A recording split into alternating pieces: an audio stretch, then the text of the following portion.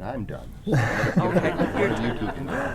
I'll take over. Hi, everyone. I'm Andrew. I've brought 3 science fiction fantasy books to the table. I'm the one that reads the books where things take place in a different world, a different timeline, something like that is usually what I like to read.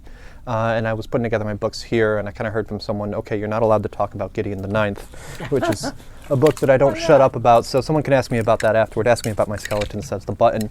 I'll actually start off with This Is How You Lose the Time War, which is co-written by Amal, El-Mohtar, and Max Gladstone, both of whom are great sci-fi writers.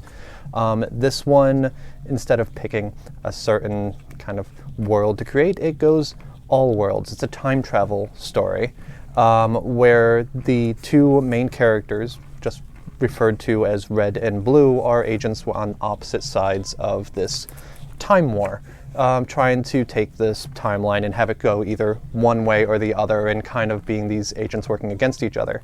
And they start off taunting each other with letters. Haha, I've subverted you, and I've done this great thing.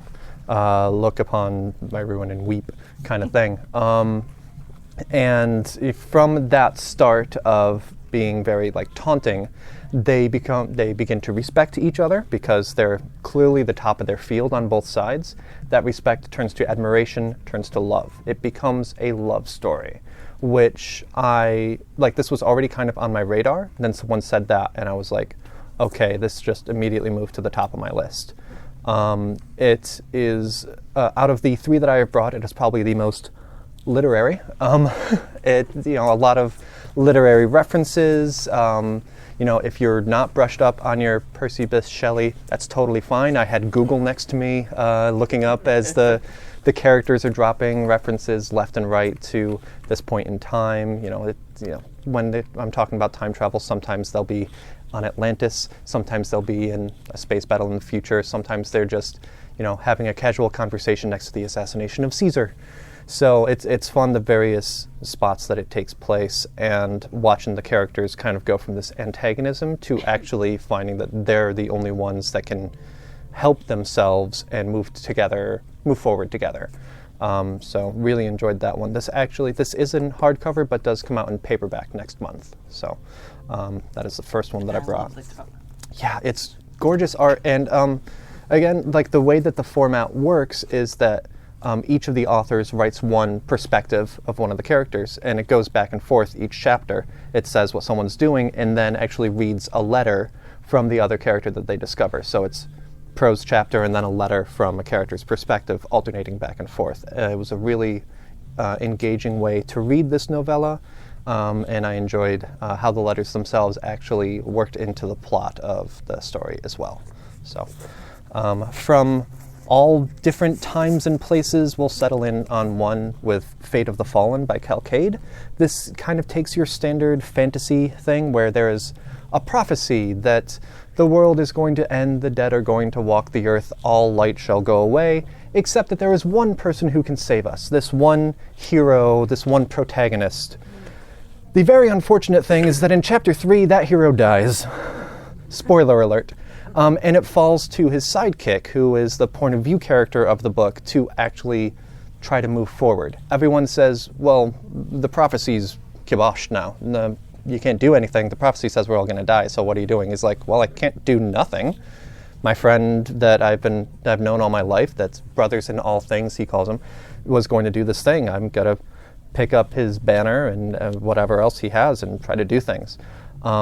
And so it does some fantasy stuff very well. The themes of perseverance, where the main character says, hey, we're going to move forward. We're going to try to do what we can. Even if we're doomed, I'm not going to, just take it lying down.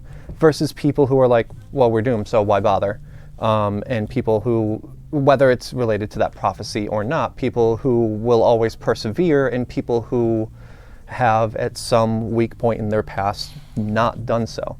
And it becomes a really kind of powerful through line for the characters.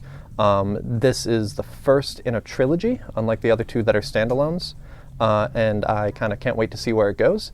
It also kind of hurt my heart just a little because it got emotional for me. So forewarned as you go in. Last one that I brought actually came out 2 days ago. But it's a quick read. It's 130 odd pages. And Mike, when you were talking about convenience store woman, I found that this had a fair amount of parallels to that. The main character works at basically IKEA, an IKEA clone. These places that sell furniture and lifestyle, and the stores are big, complicated mazes of things. And the main character broke up with her partner, I think 3 days before the thing starts. Her partner is also a coworker, and they are the two most junior employees of the store.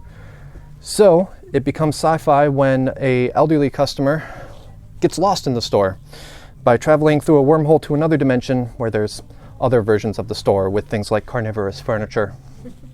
Sure. Which is like a nice kind of, there's carnivorous furniture, there's hive minds, whatever. But the core of the story is really Ava and her ex, Jules, are the two most junior employees. So, you two are the ones that need to go and recover her. And it wasn't a good breakup. It was very acrimonious. And through the course of the story, which was, again, a very quick read, I think I finished it in about 3 hours because I just couldn't put it down.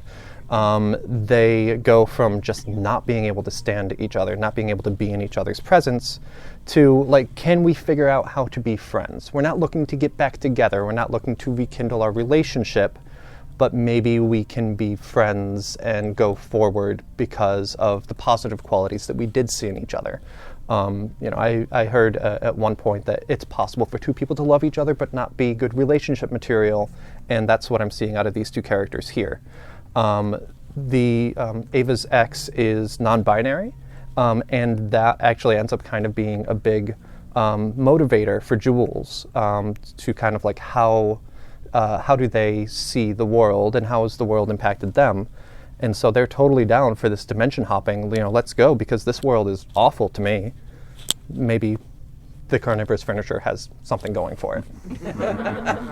So that is Finna by Nino Cipri. It came out just a couple days ago, so really enjoyed that one as well. So that's my little tour through the alternate worlds and dimensions. Thank you for sticking with me for that. And I now hand you over to the capable hands of Maeve. Yeah,